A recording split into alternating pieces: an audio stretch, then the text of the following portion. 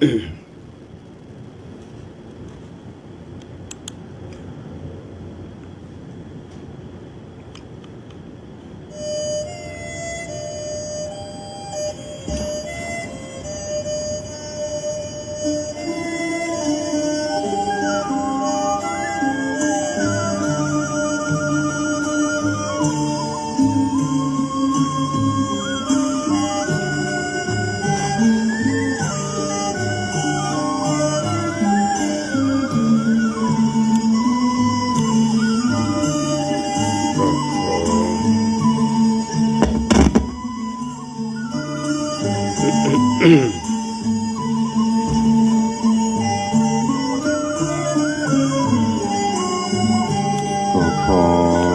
ยกมือ10 นิ้วกราบนบนอบน้อมยังพระติรัตนเกี่ยวเจ้าตั้ง3 ประการอันมีพระพุทธพระธรรมพระสงฆ์อันเป็นสรณะที่เบิ่งที่เคารพนับถืออันสูงสุดในชีวิตขอกราบคารวะแตบไต่ไวสาปารมีธรรม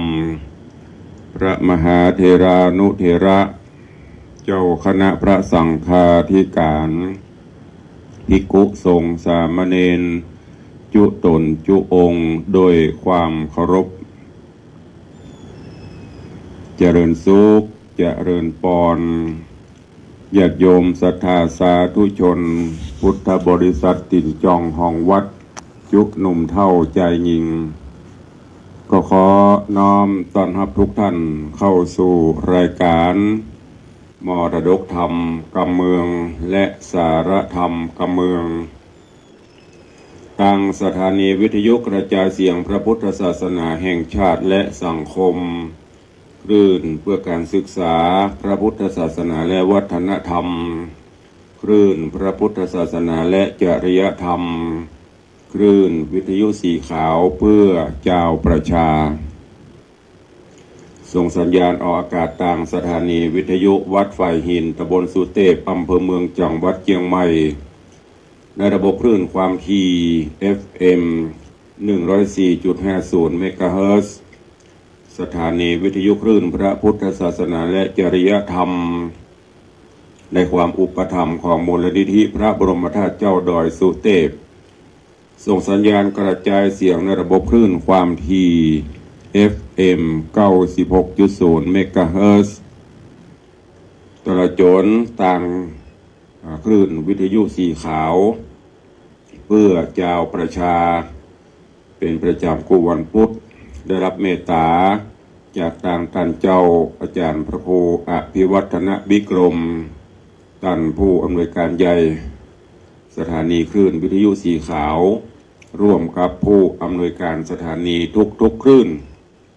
ในเครือข่ายคลื่นวิทยุสีขาวเพื่อเจ้าประชาได้มอบถวายเวลาให้กับตุลุงในวันพุธ1 ชั่วโมงตั้งแต่เวลานี้เป็นต้นไปก็ขอกราบขอบพระคุณในเมตตาของท่านผู้อำนวยการทุกสถานีและอนุโมทนาขอบคุณกับญาติโยมสาธุชนที่ได้ติดตามรับชมรับฟังทั้งภาพและเสียงการไลฟ์สดต่างเฟซบุ๊กไลฟ์ของวัดวังสิงห์คำก็ดีต่างเฟซบุ๊กไลฟ์ของธรรมะภาคเหนือเฟซบุ๊กไลฟ์ของทีวีวัดไฟหินเฟซบุ๊กไลฟ์ของธรรมะคลายเครียดเฟซบุ๊กไลฟ์ของต่างคลื่นสีขาวตลอดจนหน้าจอ FC แฟนรายการญาติโยมที่ได้เข้ามาติดตามรับชมรับฟังแล้วก็ได้ร่วมกันเผยแผ่นำธรรมคำสอนด้วยการกดแชร์เสียงธรรมแชร์เสียงบุญนี้ไปยังกลุ่มเพื่อนๆของทุกท่านตัวเองรายการนี้ดำเนินโดยกล่าวกับผมอัตมภาพพระครูวิสิทธิ์ศรีลาภรณ์รองเจ้าคณะอำเภอเมืองเชียงใหม่เจ้าอาวาสวัดวังสิงห์คำตำบลป่าแดดอำเภอเมืองจังหวัดเชียงใหม่หรือตุลุงในวังเป็นผู้ดำเนินรายการนำรายการมาพบมาปะกับ ทุกท่านตั้งแต่เวลานี้เป็นต้นไป ปากันวันนี้สภาพอากาศก็อึมครึมอยู่อึมครึมไปด้วยหมอกควันพ่องอึมครึมไปด้วยสภาพอากาศพ่องเพราะว่าช่วงนี้ก็เป็นช่วงที่อากาศเริ่มจะแปรปรวนมีลมฟ้าลมฝนมีพายุมีฝนตกพ่องตามที่เปิ้นพยากรณ์อากาศไว้หลายที่หลายทางก็มีฟ้าฝนตกหลายที่หลายทางก็ยังร้อนอบอ้าวอยู่หลายที่หลายทางก็โดนฝุ่นPM 2.5 ก็ยังมีปกคลุมอยู่ถ้าฟ้าฝนห้าใหญ่ห้าหลวงลงมาอากาศก็คงจะสดชื่นแจ่มใสลมปัดหมอกควันไปทางอื่นพ่องพี่นาก็โดยความเป็นห่วงจากทางรายการจากตุลุงในวังก็ดูแลสุขภาพร่างกายกันไปเนอะช่วงนี้ก็ต้องอัตตาหิอัตโนนาโถดูแลตัวภัยตัวมันไปเอาจะไปหวังเปิ่งกระทรวงราชการเปิ่งก็ดูแลเต็มที่ละมันก็คงบ่ทั่วถึงสู้เฮาป้องกันตัวเก่าเฮาเซฟตัวเก่าเฮาไว้ก่อนนั่นแหละจะเป็นการดียิ่งไปออกบ้านไปก็เตรียมหรือว่าพกหน้ากากไปตัวพ่องยุกยาป้องกันตัวไปพ่องทันทีหูตัวว่ามีโรคประจำตัวก็จะไปลืมพกยุกยาติดไปหั่นน่ะเพื่อมันฉุกเฉินขึ้นมาก็จะได้ใจที่สำคัญก็คือแต่งจิตแต่งใจให้ร่มแต่งจิตแต่งใจให้เย็นโดยการมีศีลมีธรรมมีสติมีสัมปชัญญะน้อมจิตน้อมใจเอาจะไปเกิดความเครียดอย่างที่มันนี้ก็ปลดโปร่งปล่อยไปตัวพ่องก็จะทำให้จิตใจเบิกบานแจ่มใสสุขภาพเราก็จะดีตื่นมาก็อย่างที่ได้บอกที่เคยแนะนำไปทำกิจวัตรส่วนตัวไหว้พระสวดมนต์แผ่เมตตานั่งน้อมจิตคิดวางแผนการในรอบวันที่จะทำต่อไปและเมื่อขณะที่กำลังปฏิบัติกิจภารกิจอย่างต่างๆก็ดีก็คือมีสติควบคุมมีสติกำหนดมีสัมปชัญญะหูตนหูตัวอยู่เสมอก็จะนำพาให้ชีวิตเฮาประสบความสุขประสบความสำเร็จได้วันนี้เป็นวันครบรอบอายุวัฒนมงคลของผู้ใดก็ขอให้มีความสุขกายสุขใจแกล้วกลาดปลอดภัยเนอะอยู่เย็นเป็นสุขปรารถนาใดก็ขอให้สำเร็จความปรารถนาทุกประการด้วยความปรารถนาดีขอส่งพรนี้อันประเสริฐนี้จากตุลุงในวังเนอะก็วันนี้เป็นวันพุธหูฟ้าแมงคานก็เบรกไว้เหี่ยวันเนาะเพราะว่าวันนี้ต่างคลื่นสีขาวเปิดลิงสัญญาณทุกวันพุธแต่วันนี้มองว่าลิงบลิงผมว่าเนอะเพราะว่าตุลุงไม่ได้เปิดดูโยมพี่ชิดชบาลองเช็คสัญญาณดูหัวตัวเนอะว่าวันนี้วันพุธเปิดลิงสัญญาณก็จะขอบคุณเนอะโยมปีชิดชบาหรือว่าโยมปีสมพรบอกว่าจะไปร่วมทำบุญสร้างกุฏิกับหลวงพ่อก็ขอบคุณอนุโมทนาบุญตัวเนอะช่วยกันสร้างเมื่อมันเสร็จขอบคุณอนุโมทนากับ FC เนอะตอนนี้ทางหน้าจอ Facebook ไลฟ์ก็เข้ามากันหลวงหลายก็กำลังทยอยกันเข้ามาตัวมีแม่วินน้องแฮกเกอร์มีโยมสลินทิพย์บุญเลิศโยมสุปรณีรูมาโยมปีชิชบาแล้วก็โยมปีไอปฏิวัติยาสมุทร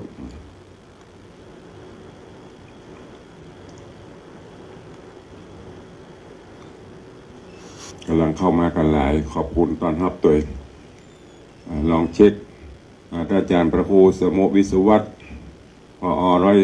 104เมตตาลองเช็คสัญญาณทางคลื่นสีขาวของตัวเนอะว่าเปิดลิงก่อนถ้าเจอครั้งจะเตดหูฟ้าแมงคานก็กลัวว่าทางคลื่นสีขาวเพิ่นจะไม่ได้ฟังเป็นตอนปฏิปต่อเพราะนั้นวันนี้ก็ขอนำธรรมะเป็นสารธรรมข้อคิดนำมามาจ๋า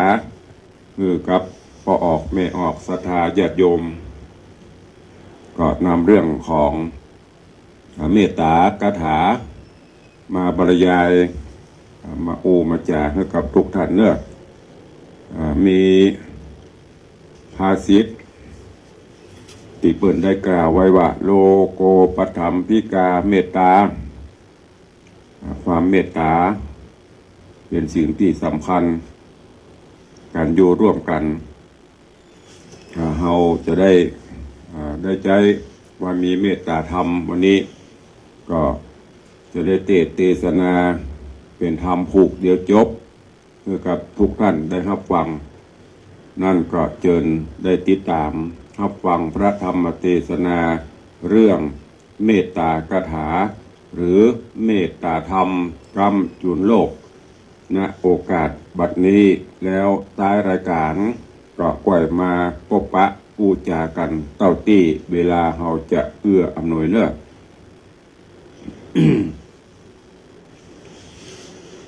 นะโม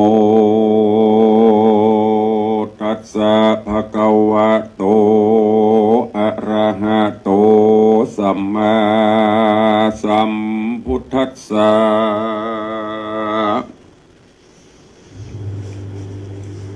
โล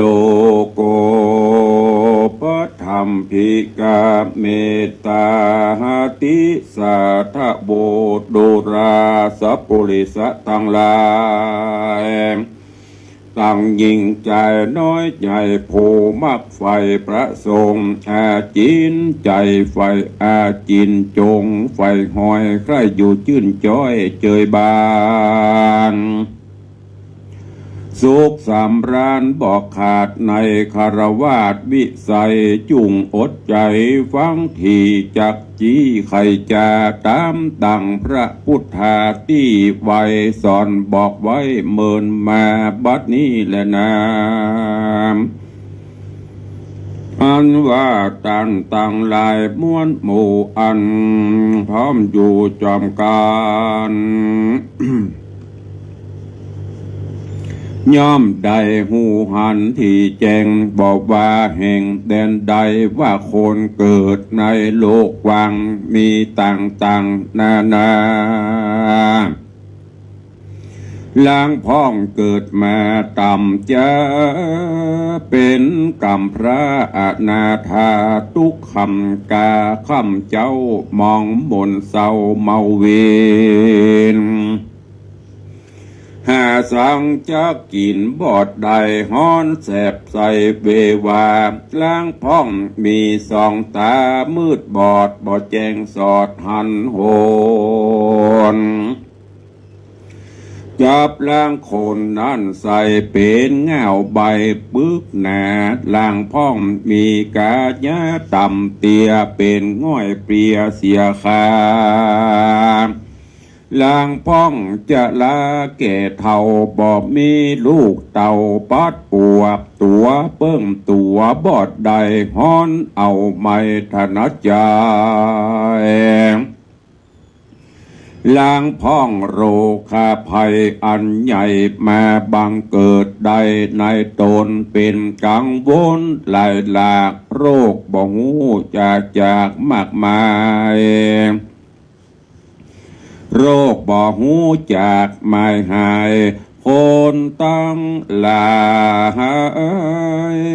ฝูงนี้ดำใดจี้ไข่ปันใดหูหันจุผูกบอกวันกล่าวอูนินตา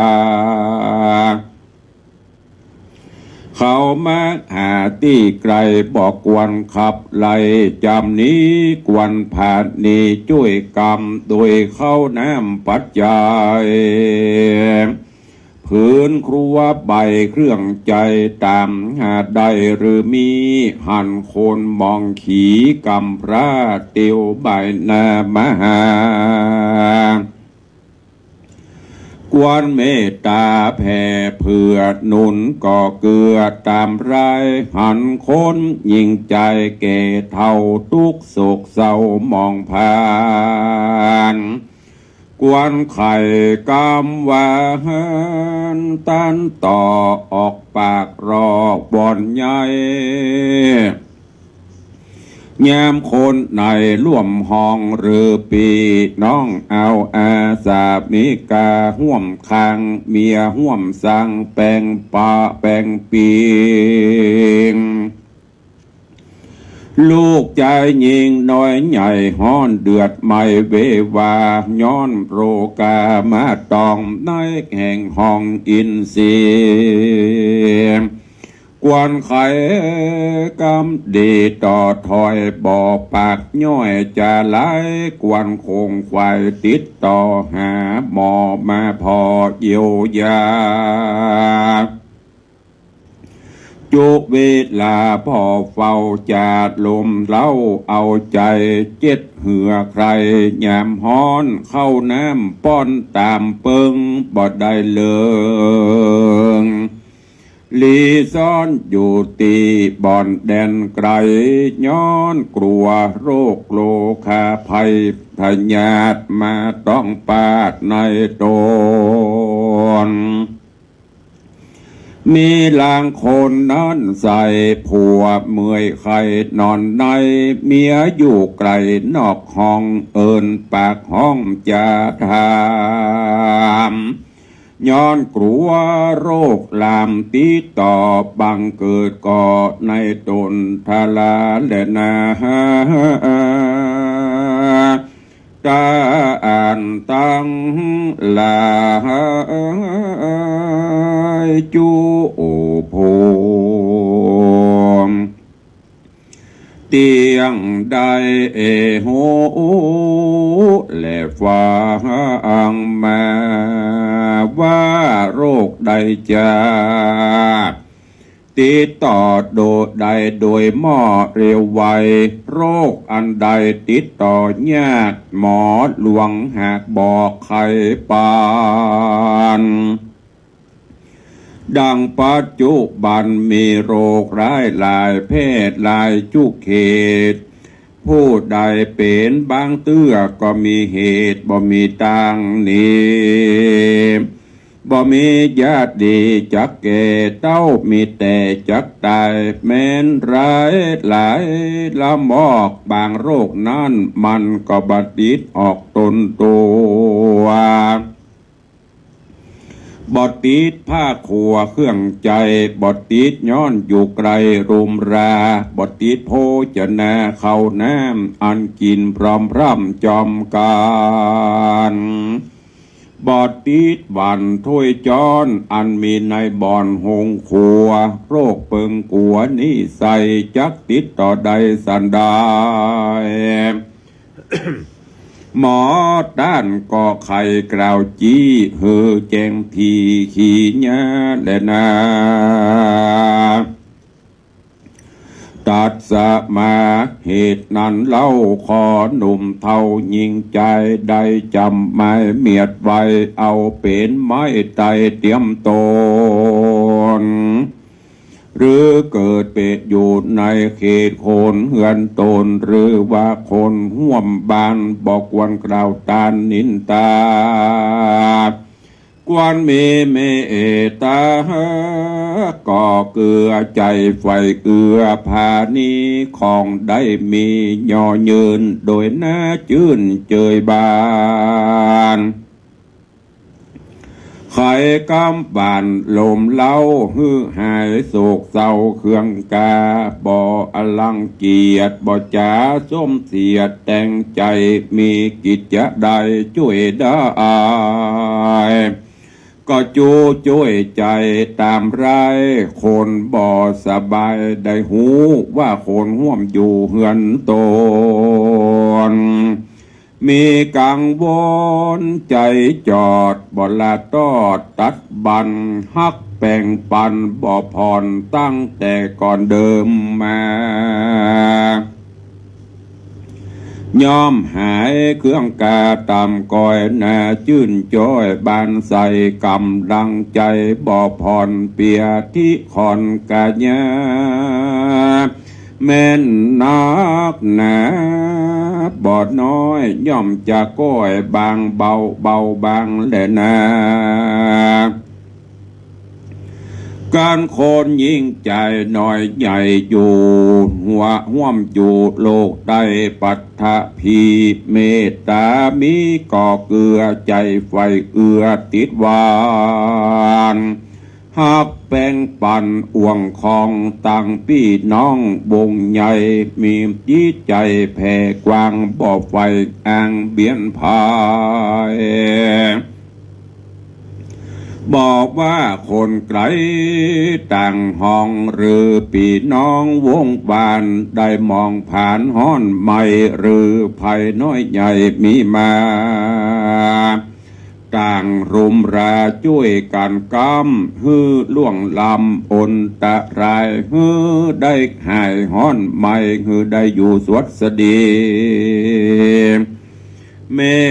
ตตาไมตรีนี่เล่านักปราชญ์เจ้าไข่ปานว่าเป็นเจือกปานจองกองยังแห่งห้องหัวใจแห่งคนในโลกตายตั้งอยู่ได้เมินนานสุขสำราญจื่นเย้าพับแผ่นดาวอนาและนาคนผูดใดใจจอดบอลาตอดวางต่ำยังเมตตาธรรมนิสัยเตียนย่อมได้อานิสงส์ตามใจจงฝ่ายคอยมีบอดน้อย11ประการตามดังพระจินนมันตีว่าสอนบอกไว้เป็นตราวาสุขังจุปติสุขังปฏิพุชตินะปาปะกังสุปีนังปัสสติมนุษย์สานังปิโยโหติอมนุษย์สานังปิโยโหติเทวตารคันตินาสะอัคคิวาวิสังวาสัทธังวากามติตุวตังจิตังสมาธิญติมุขวันโนวิปัสสีหติอะสัมมุลโห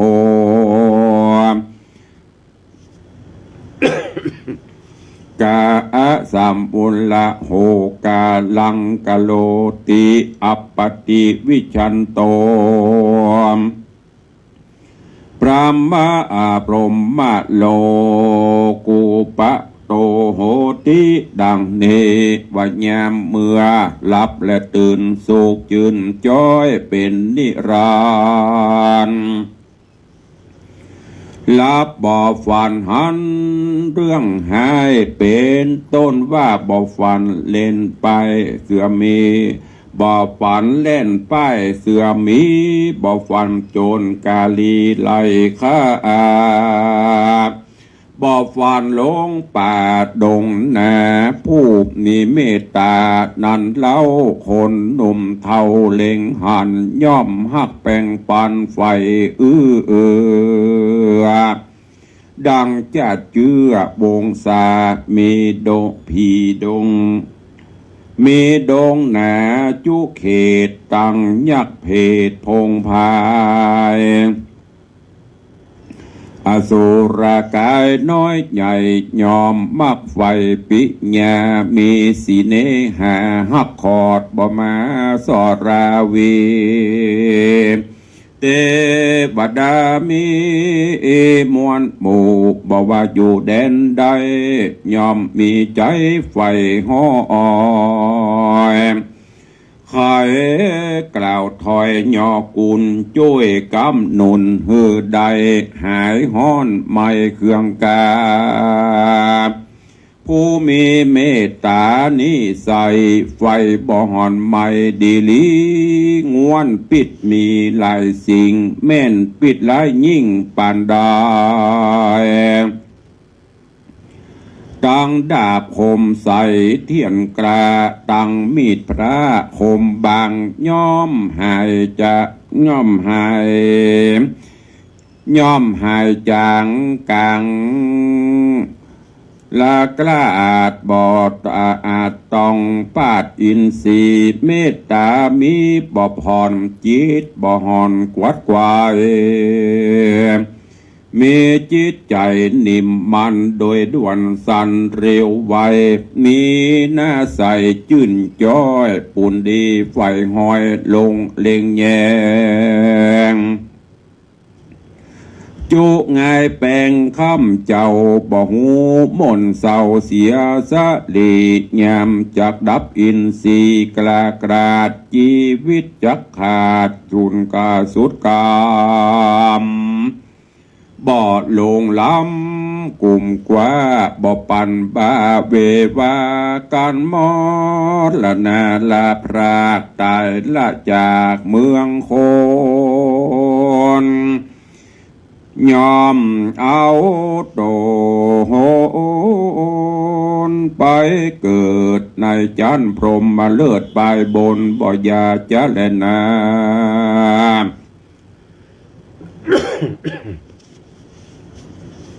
ตัดสมาเหตุนั้นเราขอหนุ่มเท่ายิ่งใจจุงคงขวายตั้งก่อเมตตาต่อเติงกันยามได้หันหรือหูว่าคนร่วมอยู่เฮือนตน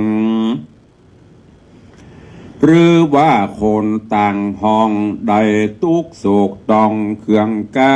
ย้อนอนาถาก้อนอยากทุกลำบากถนัดใจหรือมีโรคภัยมาอาจน้อยมาจ่องหอยกาญากวนมีเมตตาช่วยกำโดยข้าวน้ำและอาหารไข่กำบันต่อท้อย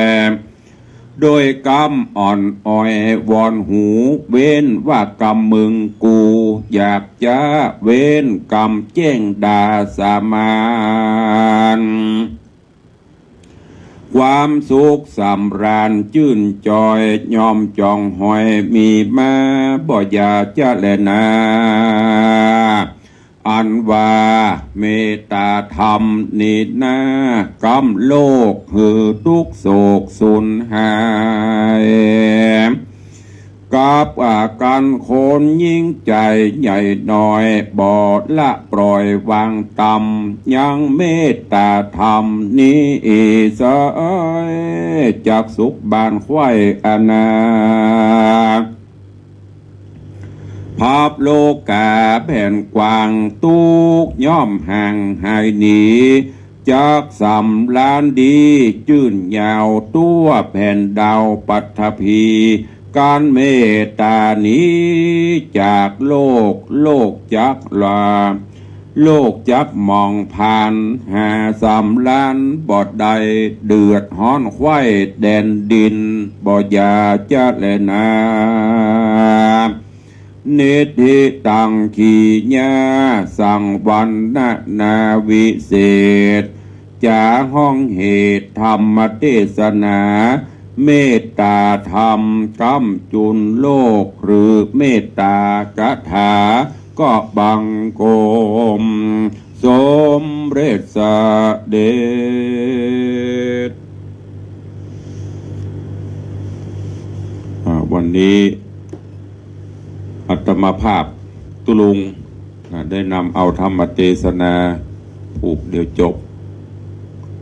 หรือกำเมืองเขาเป็นห้องบัตรธรรมก้อม ในเรื่องของเมตตากถาเมตตาธรรมค้ำจุนโลกโลโกปธรรมพิกาเมตตาเมตตาธรรมเป็นเครื่องกำจุนโลกการอยู่ร่วมกันบนโลกใบนี้อย่างที่ในธรรมได้บอกไปคือมีเมตตาธรรมต่อกันบ้านเหนือบ้านใต้อย่างคำโบราณว่าพริกมีบ้านเหนือเกลือมีบ้านใต้มีเมตตาอาทรต่อกันคนในปัจจุบันก่อนนะคนในสมัยก่อนนั้นโลกเฮาบัดเจริญในด้านวัตถุต่างๆเตื้อแต่จิตใจคนในสมัยก่อนจะเป็นผู้ที่มีจิตใจโอบอ้อมอารีมีเมตตาธรรมกำจูอุดหนุนสงเคราะห์อนุเคราะห์ช่วยกันอย่างที่ครูบาอาจารย์พ่อแม่ตลอดจนตุลุงก็เคยนำมาเล่ามามาจ๋าคือกับปออกไม่ออกศรัทธาว่าสังคมเมื่อก่อนการอยู่ร่วมกันโดยการอาศัยเปิ่งปะกันมีเมตตาต่อกันอารีต่อกันบางครั้งเจ็บไข้ได้ป่วยกว่าพี่น้องออกต้องเดียวกันจะมาพี่น้องบ้านใกล้เฮือนเคียงเต็มบนบ้านล่ะหล่นหากันห้องหากันช่วยกันปฐมพยาบาลใครมีอันใดก็เอามาช่วยกันแม้กระทั่งเมื่อก่อนมันมีหรอกมันบอกเข้าวิตแรงเนี่ยเข้าวิตแรงก็คือนึ่งเข้าหุงเข้ามันบะปอกินมันขาดวิตก็คือขาดในตอนแมลงเปิ้นก็จะไปยืมเข้ากันหรอกโอ้ขอเมตตายืมเข้าสักหน่อยเตอะเข้าวิตแรงเฮาบ้านแห่งบ้านหลังเปิ้นมีเปิ้นก็จะแบ่งกันมาวันพุธเขาก็นึ่งนักหน่อยหุงนักหน่อยก็เอาไปส่งไปทรายเปิ้นเนี่ยเป็นการเกื้อหนุนจุนเจือบางเตื้อก็แกงข้ามหัวในที่นี้มันเจ้าวันลักแกงเปิ้นเหมือนประเดียวนะ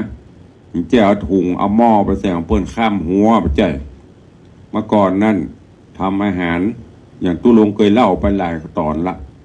เปิ้นเนี่ยกินทำอาหารการกินเมื่อแรงนี่ควันไฟกุ้ม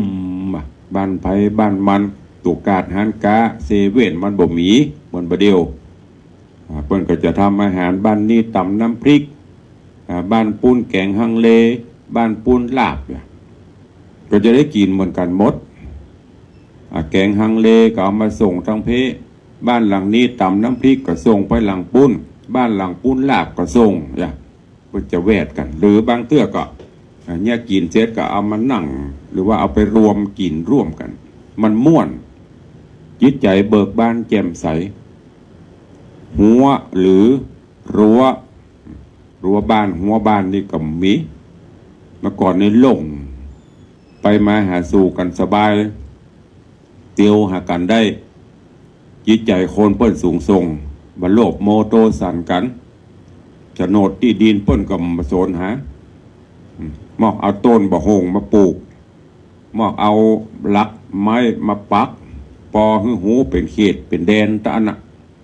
แต่บัดเดี๋ยวนี้มันเปลี่ยนไปนักที่ดินก็มีกามีศีลล้ำไปกันมอกนิ้วมอกคืบมอกศอกก็บ่ได้เป็นพิษเป็นเถียงหัวกันเพราะนั้นถ้าเราอยู่ด้วยกันด้วยความขาดเมตตาธรรมหันเกตตัวเนี่ยสังคมเรามันก็เลยบ่ได้อยู่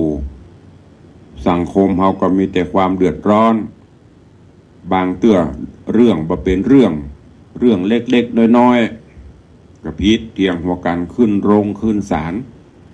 ประเดี๋ยวนี้ปโตทนายผู้พิพากษาพอมได้อยู่ได้ว่างเมื่อก่อนนี่หมูจักกลัวได้ขึ้นโรงขึ้นศาลกลัวได้ขึ้นหาทนายอยู่ตัวกันมีความสุขบานบันใจวันนั้นฝากไบเนอร์พยายามช่วยกันมีเมตตาธรรมต่อกันบางสิ่งบางอย่างก็ใจสติใจขันติธรรมใจความอดทน อดกลั้นไว้บ้านใกล้เฮือนเคียงเขาเนี่ยจะดูแลพ่อก้อยกันประเดี๋ยวนี้บ้านหิมกันนะหัวติดกันนะหมูจักกันเพราะบ่ไปมาหาสู่ต่างคนต่างอยู่มีเมตตาต่อกัน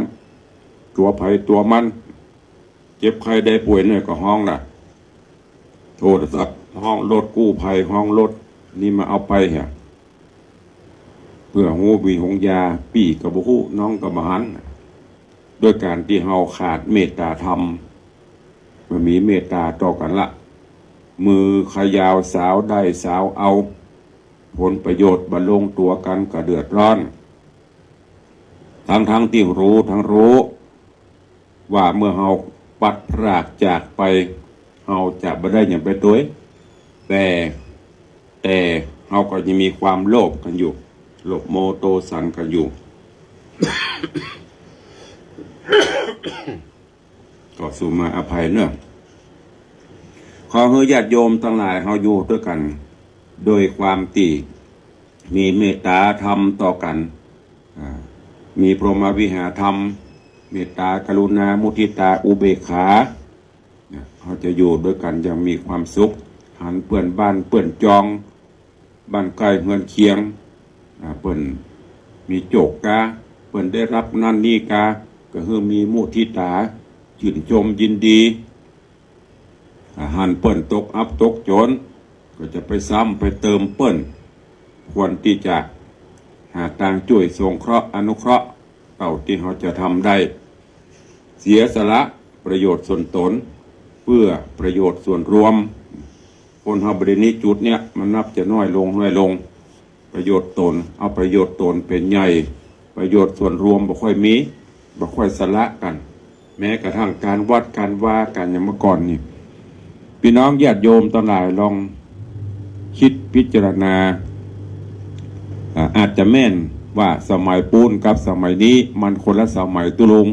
อันนี้ก็ถูกบ่เถียงแต่ถ้าเราวิเคราะห์เราลองย้อนแต่แล้วความสุขมันแตกต่างกันสมัยเมื่อก่อนวิวัฒนาการความเจริญในด้านวัตถุอย่างที่ตุลุงบอกไปมันยังบ่เจริญแต่จิตใจคนเจริญอยู่ด้วยกันม่วนประเดี๋ยวนี้สิ่งอำนวยความสะดวกวัตถุต่างๆเจริญแต่จิตใจเฮาต่ำลงจิตใจเฮาลดลงมีความหันแก่ตัวนักขึ้นแล้วเอามาเปรียบเทียบกันดูว่าสังคมใดน่าอยู่กว่ากันอันนี้ฝากไว้เป็นข้อคิดกับทุกท่านแล้วจะเนี่ยจะใดคือเมื่อความเจริญเข้ามาแล้วคือจิตใจเขาก็เจริญไปตามวัตถุเมื่อก่อนจะไปหั่นไปนี่ก็ลำบากจะซื้อจะจ่ายยังก็ลำบากเดี๋ยวนี้มีพร้อมอย่างที่สโลแกนของเซเว่นหิวเมื่อไรก็แวะมาพร้อมเมื่อใดก็กินได้แต่จิตใจเฮานี่มันเหมือนเก่าเหมือนเกิมละฝากไว้กับทุกท่านเนอเฮาอยู่ร่วมกันบนโลกใบนี้บ่เกิน100 ปีก็ต้องจากต้องพรากกันไปเฮามาอาศัยหรือว่าเฮามายืมร่างกายเปรียบเหมือนศาลาพักไว้วันใดวันหนึ่งก็ต้องคืนเปิ้นไปบ่ต้องไปโลภโมโทสันอย่างนักเกินไปแบ่งสรรปันส่วนแบ่งความสุขของตัวคนโรยก็แบ่งสรรปันส่วนลงมาให้คนทุกข์อย่างกรรมโบราณที่เปิ้นบอกไว้เปิ้นเปรียบไว้นอนสูงคือนอนคว่ำนอนต่ำคือนอนหงายก็หมายถึงผู้ที่มีฐานะหลักฐานอยู่ดีมีสุขน้อยก็คือพอลงมาตั้งลุ่มคนทุกข์คนยากคนที่เปิ้นด้อยค่ากว่าเฮาโอกาสช่วยเหลือกันไปคนที่ต่ำนอนหงายก็คือเฮามีฐานะจะได้เฮามีสตางค์ก็ใจแหงงานเขาช่วยเขาทุกช่วยกันเตือมช่วยกันตุ้มช่วยกันดันไปพยุงอยู่ด้วยกันไปมาถึง100 ปีเขาก็ต้องปัดต้องพรากจากกันไปสิ่งที่เขามีอยู่บางท่านก็อาจจะได้มาด้วยเล่เพทุบายอย่างต่างๆบูมานะสุดท้ายเขาก็ได้ไปได้นอกจากคุณงามความดีก็ฝากไว้กับทุกท่านในวันนี้เนอะวันนี้ก็ ได้เทศนาธรรมในเรื่องของเมตตากถาแล้วก็ได้นำหลักธรรมมาเสริมเติมเพื่อกับญาติโยมศรัทธาได้ฟังแล้วนำไปคิดนำไปพิจารณาเอาไปใช้ในการดำเนินชีวิตประจำวันของเราโดยการมีศีลมีธรรมโดยการน้อมนำเอาหลักธรรมมาประพฤติปฏิบัติและก็มีความจงรักภักดีซื่อสัตย์ต่อสถาบันชาติสถาบันศาสนาหรือว่าพระพุทธศาสนาสถาบันองค์พระมหากษัตริย์อันเป็นศูนย์รวมจิตใจของเราไม่ต้องไปแบ่งไม่ต้องไปแยกอย่างกันอยู่ด้วยกัน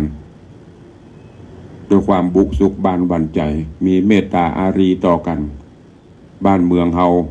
ก็จะมีความสุขตัวเฮาก็จะมีความสุขครอบครัวก็จะมีความสุขฝากไว้กับทุกท่านตัวเองวันนี้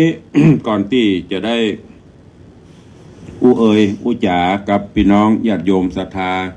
ก็ขออนุโมทนาบุญขอบคุณและขอประชาสัมพันธ์ข่าวสารเนอะ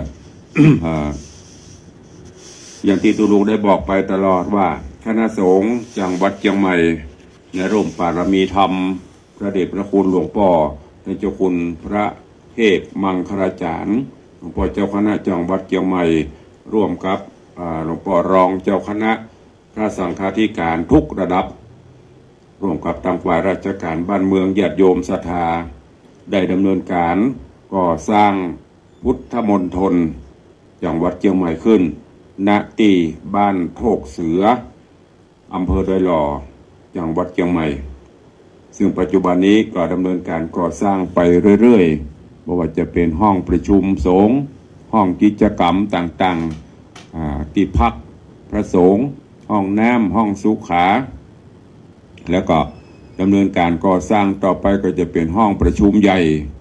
จุคนได้ประมาณ2,000 กว่าคน2,000 กว่ารูปเพื่อมีกิจกรรมอันสำคัญ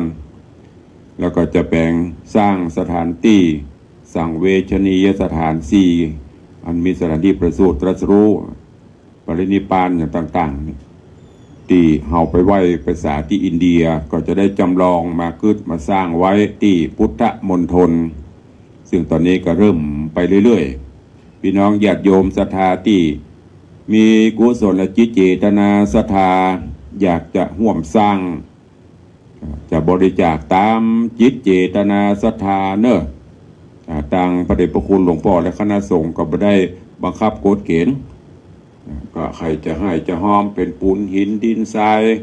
รับเป็นเจ้าภาพนั้นนี่ก็ติดต่อแจ้งความจำนงได้ที่เจ้าอาวาสทุกวัดในจังหวัดเชียงใหม่ส่วนราชการว่าที่อำเภอก็ได้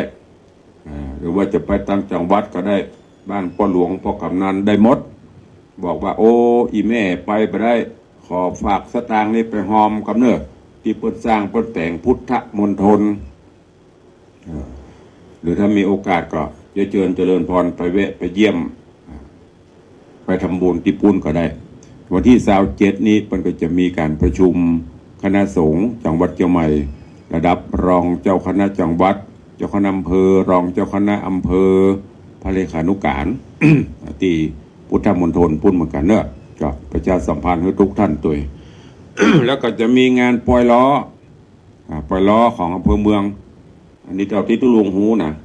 ก็นำมาประกาศปล่อยล้องานลากผาศาสตร์ของท่านพระครูวัดป่าเป้าในเนอะวัดป่าเป้าในตุลุงได้รับดีกานิมนต์มาที่28แต่เป็นพระราชทานมาที่30ก็เจริญปอนไปห่วมกันเนอะจะไปห่วมเข้าไปวันก่อนก็พระราชทานเพลิงศพท่านพระครูวัดหมื่นเงินกองผ่านไปก็เป็นปล่อยหลวงก็มีปล่อยล้อก็มีช่วงนี้ อันเนี้ยแดนพุทธภูมิแดนพุทธของหมู่เฮาในประเทศไทยเฮานี้เป็นดินแดนแห่งอารยธรรมต่างๆนานาแต่ละภาคก็ร่วมกันในการสร้างบารมีธรรมไปตัวเนอะฝากไว้กับทุกท่านตัววกเข้ามาหาต่างวัดวังสิงค ตุลงก็ขออนุโมทนาประชาสัมพันธ์เชิญชวนทุกท่านในตอนนี้ต่างวัดก็ได้ดำเนินกิจกรรมต่างๆหลักๆก็คือการก่อสร้างกุฏิสงฆ์โฮงหลวงกุฏิสงฆ์ที่อยู่ที่อาศัยพระสงฆ์องค์เนรตอนนี้ถึงวันนี้ตุลุงก็ต้องมาจำวัดอยู่ที่พักชั่วคราวศาลาหลวงศาลาใหญ่ตอนนี้สร้างกุฏิสงฆ์ตามจากที่ได้ร่วมกันวางศิลาฤกษ์ก็ได้เริ่มก่อสร้างมาตามลำดับตอนนี้เทเสาจันทร์ลุ่มหรือว่าเสาจันทร์ที่หนึ่งผ่านไปตอนนี้ต่างช่างต่างศาลาก็กำลังจะขึ้นคานขึ้นเสาจันทร์ที่สองไปตามลำดับเจริญปอนปออกไม่ออกศรัทธาญาติโยมที่มีกุศลและจิตเจตนาใครร่วมเป็นเจ้าภาพหรือใครร่วมสมทบสร้างกุฏิสงฆ์โฮงหลวงเพื่อจะได้มีที่อยู่ที่อาศัยอันสัพพยะเป็นบุญบารมีท่านสามารถให้หอมได้ที่วัดวังสิงห์คำเนอะหรือจะโทรศัพท์มาร่วมตีตุลุงก็ได้0817836540 ตามกำลังเจตนาอาจจะครบรอบวันเกิดอาจจะครบรอบ7 วัน50 วัน100 วันหรือครบรอบปีหรือหวนลำลึกถึงพระคุณผู้มีพระคุณใครกินข้าตานอุทิศเปิ่นก็สามารถทำได้เนอะนอกจากนั้นก็แถมบกี่วันมีนาก็จะหมดไปเมษายนไซคือช่วงของเทศกาลมหาสงกรานต์ก็จะได้เข้ามาแล้วในช่วงของปีใหม่ก็จะมีกิจกรรมต่างๆโดยเฉพาะต่างล้านนาเขานี้ก็จะมีการก่อเจดีย์ทรายมีการตานไม้กำมีการส่งเคราะห์ส่งจนมีการปูชาเข้ารถเคราะห์มูนี่และก็หลักๆสำคัญก็คือการสู่มากรวะขอปอนขออโหสิกรรมต่อพ่อต่อแม่ครูบาอาจารย์ผู้มีพระคุณปีป้าเอาอาอันนี้เป็นฮีตประเวณีที่ได้ปฏิบัติกันมาก็เชิญชวนทุกท่านเนอะได้ร่วมกันวันนี้พ่อแนนมาเจ้าไปสาครับรู้ที่มาเลยครับสัญญาณออกก่อนวันนี้ครับยังชัดเจนเลยครับนี่ฟังทีสีคำโยนะครับสาธุนะพ่อแนนเนอะบุญรักษาสาธุสาธุอนุโมทนาบุญกับพ่อแนนประเสริฐด้วยเด้อพ่อแนนประเสริฐจากจังหวัดน่านวันนี้ก็ขอบคุณแสดงว่าทางคลื่นสีขาวปนไลฟ์สดปนไลฟ์คือตัวตุลุงก็ได้เตะทำผูกเดียวจบนะ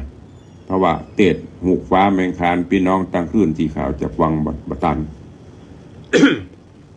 ขออนุโมทนาบุญขอบคุณกับเจ้าภาพไม่กำเนอะเพิ่มเติม